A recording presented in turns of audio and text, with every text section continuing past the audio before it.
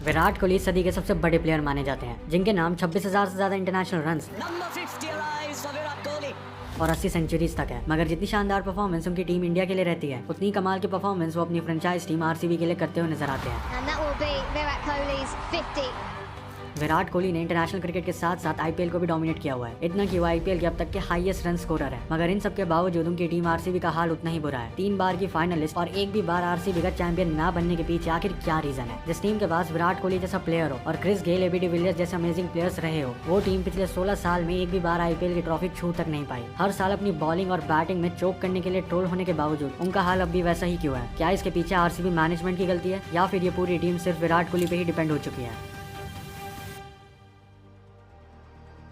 अगर पॉपुलैरिटी की बात करें तो भले ही एमआई या सीएसके टॉप पर हो, मगर एक भी ट्रॉफी ना होने के बावजूद इस टीम के जितना लॉयल फैन बेस किसी भी और टीम का नहीं है। पास्ट 15 इयर्स में चाहे टीम के साथ बुरा हुआ हो या फिर अच्छा, उनके फैंस ने हमेशा उनका साथ दिया है। Second most followed IPL team on Instagram के साथ साथ आरसीबी में ओवर द हिस्ट्री काफी आइकॉनिक प्लेयर्स भी रहे हैं, जैसे Virat Kohli, Rahul Dravid, AB de Villiers, Glenn Maxwell, Chris Gayle, KL Rahul, Yuzvendra Chahal, Shane Watson and etcetera. RCB हमेशा से अपनी बैटिंग के लिए जानी जाती है। इवन इतना कि आरसीबी फैंस विराट कोहली की बैटिंग से ज्यादा क्रिस गेल एंड एबीडी के दीवाने थे। मेजॉरिटी रिकॉर्ड्स आरसीबी इसी फील्ड में है। एंड इवन इस सीजन से पहले हाईएस्ट टीम स्कोर का रिकॉर्ड भी उनके नाम ही था, जो कि इस सीजन में एसआरएच ने तोड़ दिया। एंड ऑल्सो क्रिस गेल के माइंड ब्लोइंग 175 नॉट आउट के इंडिविजुअल स्कोर से लेकर मोस्ट सिक्सेस का रिकॉर्ड भी यही टीम ओन करती है। आरसीबी सालों से ही काफी कॉम्पिटिटिव रही है, भले ही वो 2009 हो या फिर 2016। आरसीबी ने कई मैचेस में डोमिनेटिंग वे में टीम्स को हराया भी है। एंड इवन आरसीबी की मैक्सिमम पॉपुलैरिटी उनके प्लेयर्स की वजह से हमेशा टॉप पे रही है। मगर जब बात नॉकआउट्स की आती है तब खेल कुछ और ही होता है। इवन इन 2016 जहाँ पे आरसीबी की आईपीएल हिस्ट्री की सबसे बेस्ट टीम थी, वहाँ पे भी आरसीबी एसआरएच से फाइनल में हार गई थी बाय जस्ट 8 रन। एंड ये इकलौता एग्जांपल नहीं है जहाँ पे ऐसा कुछ हुआ हो। लेकिन इन सब के बीच में एक सवाल अभी भी फैंस के मन में रहता है कि आखिर आरसीबी आईपीएल जीतती क्यों नहीं है? चलो इस क्वेश्चन का आंसर ढूंढने की कोशिश करते हैं। फर्स्ट ऑफ ऑल, आरसीबी की मैनेजमेंट। आरसीबी के इस अनसक्सेसफुल जर्नी की सबसे बड़ी वीकनेस अगर देखी जाए तो कहीं ना कहीं खुद आरसीबी की मैनेजमेंट है। क्या कभी आपने ये सुना है कि आरसीबी की मैनेजमेंट ने एक ऐसे यंगस्टर को खरीदा जो उनके लिए एक बड़ा मैच विनर साबित हुआ? नहीं, बिल्कुल भी नहीं। जबकि जो बाकी सक्सेसफुल टीम्स रही है उन्होंने ये काम बखूबी निभाया। एंड इवन उन्होंने इंडियन टीम को कई सारे यंगस्टर्स तैयार भी करके दिया है। साल 2008 में आरसीबी को विजय माल्या की company Kingfisher Airlines and United Spirits ने $111.6 million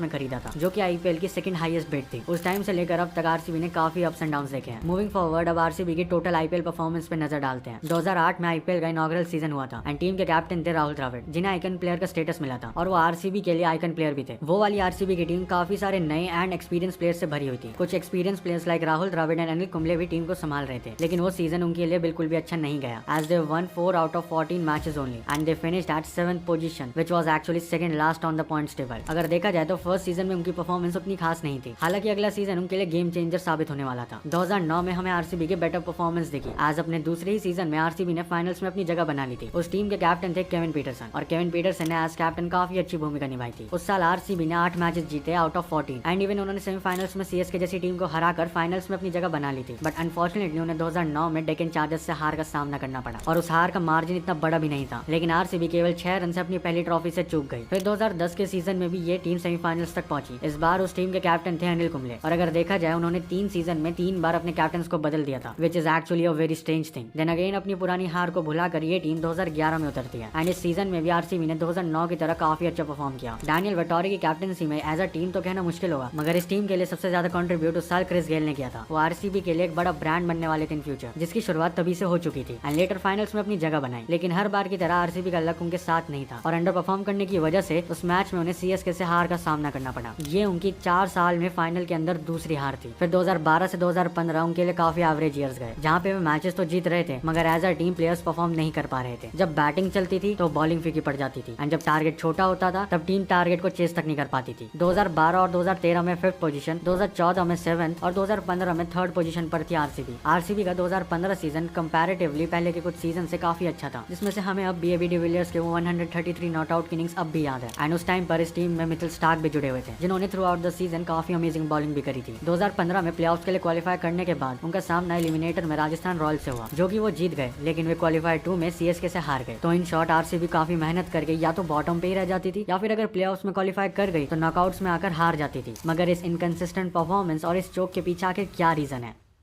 well I just check that 94% लोगों ने चैनल को सब्सक्राइब तक नहीं किया है। सो इफ तुम्हें ये वीडियो पसंद आ रही है देन चैनल को सब्सक्राइब करना मत भूलना, बिकॉज और भी बढ़िया कंटेंट आने वाला है। देन आता है 2016 का आईपीएल। ये सीजन आरसीबी के लिए one of the best season में से एक था। यहाँ पे आरसीबी अपनी प्राइम फॉर्म में थी, जहाँ पे विराट कोहली की 4 सेंचुरी से लेकर उनके रिकॉर्ड ब्रेकिंग 973 रन तक शामिल थे। अगर विराट कोहली के 2016 के हीरोइक्स के बारे में जानना है तो उसके ऊपर मैंने ऑलरेडी वीडियो बना रखी है, आई बटन पर क्लिक करके वीडियो को देख सकते हो, वरना मैं डिस्क्रिप्शन में लिंक ऐड कर दूंगा। 2016 के सीजन में भी आरसीबी की बॉलिंग वीक थी, लेकिन बैटिंग काफी स्ट्रॉन्ग होने की वजह से आरसीबी वो मैचेस जीत पा रही थी। बॉलिंग में यूजी चहल ने आरसीबी के लिए सबसे ज्यादा विकेट्स लिए थे और पर्पल कैप भी अपने नाम करी थी। बट अनफॉर्चुनेटली आरसीबी को फाइनल में एसआरएच के खिलाफ हार मिल जाती है। According to most of the players उस सीजन में आरसीबी का बेस्ट चांस था टू विन आईपीएल ट्रॉफी, जो कि उन्होंने बैड लक और कई सारे रीजंस की वजह से गवा दिया। जिस बैटिंग पे आरसीबी को इतना गर्व था उसी बैटिंग ने एंड में आके चोक कर दिया। इसके बाद की कहानी आरसीबी के लिए पूरी बिगड़ गई। 2017, 18, 19 आरसीबी के लिए नरक की तरह साबित हुए, जहाँ पे एक सीजन में आरसीबी को लगातार 6 मैचेस में हार तक मिली थी। आरसीबी ने इस पीरियड के दौरान काफी ब्लंडर्स करे, जिस वजह से उनकी और आईपीएल ट्रॉफी के बीच में और डिस्टेंस आ गया। एंड ये कहना बिल्कुल भी गलत नहीं होगा कि आरसीबी ने through out the seasons blunders नहीं करे हैं। उन्होंने शुरू में छोटे मोटे ब्लंडर्स जरूर करे हैं एंड अभी भी करते हुए आ रहे हैं, जिसका नतीजा उन्हें हर सीजन में देखने को मिलता भी है। आरसीबी ने आईपीएल 2024 में 17.5 करोड़ देकर कैमरन ग्रीन को अपनी टीम में शामिल किया, मगर क्या किसी ने सोचा कि मुंबई ने ग्रीन को ऐसे ही क्यों जाने दिया। लास्ट ईयर ग्रीन ने काफी अच्छी बैटिंग परफॉर्मेंस दी थी, जिस वजह से आरसीबी मैनेजमेंट ने ट्रेडिंग विंडो में ही ग्रीन को ले लिया, जिससे उनकी बैटिंग में डेप्थ बढ़ पाए। मगर फिर भी उन्होंने अपने बॉलर्स पे बिल्कुल भी पैसा खर्च नहीं किया और आरसीबी की बॉलिंग आप इस सीजन में देख ही सकते हो। इवन जिस कैमरन ग्रीन को उन्होंने 17.5 करोड़ देकर खरीदा था वो भी इस आईपीएल में अभी तक टोटल फ्लॉप ही रहे हैं। आरसीबी उनका सही से यूज तक नहीं कर पा रही है। 2019 के ऑक्शंस में भी आरसीबी ने यही सेम चीज को किया था, जहाँ पे उन्होंने बैटिंग फोर्स बेटिंग करी और टीम की बॉलिंग जो कि पहले से ही वीक थी उसे और बेकार कर दिया। अब इसी एग्जांपल में एमआई या डीसी जैसी टीम्स को देख सकते हो। जिस ऑक्शन में आरसीबी ने 11.5 करोड़ देकर अल्जारी जोसेफ को अपनी टीम में लिया, उसी ऑक्शन में मुंबई ने केवल 4.5 करोड़ देकर दिलशान मधुशंका और 5 करोड़ देकर गेराल्ड कोएट्जी को अपनी टीम में ले लिया। तो क्या आरसीबी इन ऑप्शंस के लिए नहीं जा सकती थी? और हद तो तब हो गई जब 2022 के ऑक्शन में आरसीबी ने डेविड वार्नर के लिए बिड तक नहीं लगाई, जो कि दिल्ली कैपिटल्स में केवल 6.5 करोड़ में चले गए। यही सब सवाल आरसीबी फैंस एंड तमाम क्रिकेट एक्सपर्ट्स ने उनसे हर साल पूछे हैं, जिसका जवाब आज तक किसी को भी नहीं मिल पाया है। आरसीबी जितना ज्यादा अपने स्क्वाड को ऑक्शन के दौरान बिगाड़ देती है, उतने ही वो अपने प्लेयर्स को रिलीज एंड रिटेन करते वक्त बिगाड़ देती है। आरसीबी ने सिराज एंड चहल में से सिराज को रिटेन कर दिया एंड चहल को रिलीज कर दिया। Let me clear this, I know and I accept Siraj एक वर्ल्ड क्लास बॉलर है एंड आरसीबी की बॉलिंग को कई हद तक कंट्रीब्यूट भी करते हैं, मगर उस टाइम पे डोमेस्टिक एंड इंटरनेशनल क्रिकेट में केवल 3 रिस्ट स्पिनर्स फॉर्म में थे, युजवेंद्र चहल, कुलदीप यादव एंड रवि बिश्नोई। एंड जब चहल ने आरसीबी के लिए मैक्सिमम कंट्रीब्यूट किया और साथ में आईपीएल में सबसे ज्यादा विकेट्स भी लिए हो, तब आपने अपने मेन प्लेयर को ही जाने दिया, तो उस चीज का अंजाम आपको भुगतना ही था। चलो ये तो सिर्फ युजवेंद्र चहल की बात थी, मगर क्रिस गेल का क्या? आरसीबी ने क्रिस गेल को 2018 में रिलीज कर दिया था, वो भी बस कुछ सीजन की परफॉर्मेंस को लेकर। जो प्लेयर एक टाइम पे आरसीबी की बैटिंग में जान हो, उसे मैनेजमेंट ने ऐसे ही रिलीज कर दिया, resulting Kings 11 Punjab to buy Chris Gayle in 2018 auctions. और गेल ने उनके लिए काफी ताबड़तोड़ बैटिंग भी करी थी। भले ही गेल आरसीबी के लिए लॉन्ग टर्म एसेट ना होते, लेकिन 2018-19 वाली आरसीबी ऑलरेडी अपनी वर्स्ट फॉर्म में थी। 2016 के आईपीएल सीजन में सरफराज खान ने आरसीबी के लिए काफी इंपॉर्टेंट बैटिंग करी और अगले ही सीजन यानी 2017 में उन्हें ड्रॉप कर दिया गया। यानी आरसीबी ने ग्रेट प्लेयर्स के साथ साथ यंगस्टर्स को भी रिटेन नहीं किया। अगर प्रेजेंट टाइम में बात करी जाए तो विल जैक्स के पास ऑलमोस्ट सब कुछ है। 84 इनिंग्स में कंसिस्टेंट बैटिंग एंड उसमें भी 31 विकेट चटका देना, ये काफी अमेजिंग है। अगर उनके पावर प्ले स्ट्राइक रेट को देखा जाए तो वो 163 का है और वहीं डुप्लेसिस का सिर्फ 139। एंड ये भी एक काफी बड़ा मेजर डिफरेंस है आरसीबी एंड बाकी चैंपियंस टीम में। एमआई, सीएसके, केकेआर जैसी सक्सेसफुल टीम्स में अगर आप देखोगे कितने ज्यादा यंगस्टर्स को उन्होंने शेप करके बड़ा प्लेयर बनाया, जो कि आज के टाइम में इंडिया को कंट्रीब्यूट तक कर रहे हैं। लेकिन इन सभी फैक्टर्स के बावजूद अगर किसी सीजन में उन्हें एक बैलेंस और स्ट्रॉन्ग टीम मिल भी जाए तो उनका लक साथ नहीं देता है। अगर आईपीएल की सबसे अनलकीस्ट टीम की बात करी जाए तो मेजॉरिटी फैंस के माइंड में आरसीबी ही आएगी। आरसीबी ने सिंस 2008 आईपीएल के हर एडिशन में पार्टिसिपेट किया है, मगर किस्मत ने उनका साथ कभी भी नहीं दिया। मोस्ट ऑफ द सीजंस में आरसीबी केवल नेट रन रेट की वजह से पीछे रह जाती है। इस टीम में हमेशा से जिस चीज की कमी रही है वो है टीम वर्क की। आरसीबी का हार्डली कोई एक आधा पुराना मैच ही होगा जिसमें पूरी टीम ने कंट्रीब्यूट किया हो, वरना through out the season RCB की टीम 1, 2 या फिर मैक्सिमम 3 प्लेयर्स पे ही डिपेंडेंट रहती है। फिर भले ही वो 2010 में अनिल कुंबले हो, 2011-12 में क्रिस गेल या फिर 2016 में विराट कोहली और एबी डिविलियर्स, तब से ही ये टीम इन प्लेयर्स पे डिपेंडेंट रही है। और इस 2024 के आईपीएल में भी टीम विराट कोहली पे पूरी तरह से डिपेंडेंट है, क्योंकि और कोई आरसीबी का प्लेयर इतना चल ही नहीं रहा है। दूसरी तरफ आरसीबी की जितनी स्ट्रॉन्ग बैटिंग रही है उतनी वीक बॉलिंग भी रही है। इवन आज नौबत तक आ गई है कि उनसे 197 का बड़ा स्कोर उनकी बॉलिंग से डिफेंड नहीं हो रहा है। अभी हाल ही में एमआई वर्सेस आरसीबी के मैच में आरसीबी ने 196 रन्स बनाकर एमआई को 197 का टारगेट दिया and not very surprisingly MI ने वो टोटल सिर्फ 15.3 ओवर्स में ही चेस कर दिया। ऐसी वीक बॉलिंग होने की वजह से पूरी टीम का कंपोजिशन ही बिगड़ जाता है और बैलेंस ना होने के कारण वो टीम आगे के मैचेस भी नहीं जीत पाती है।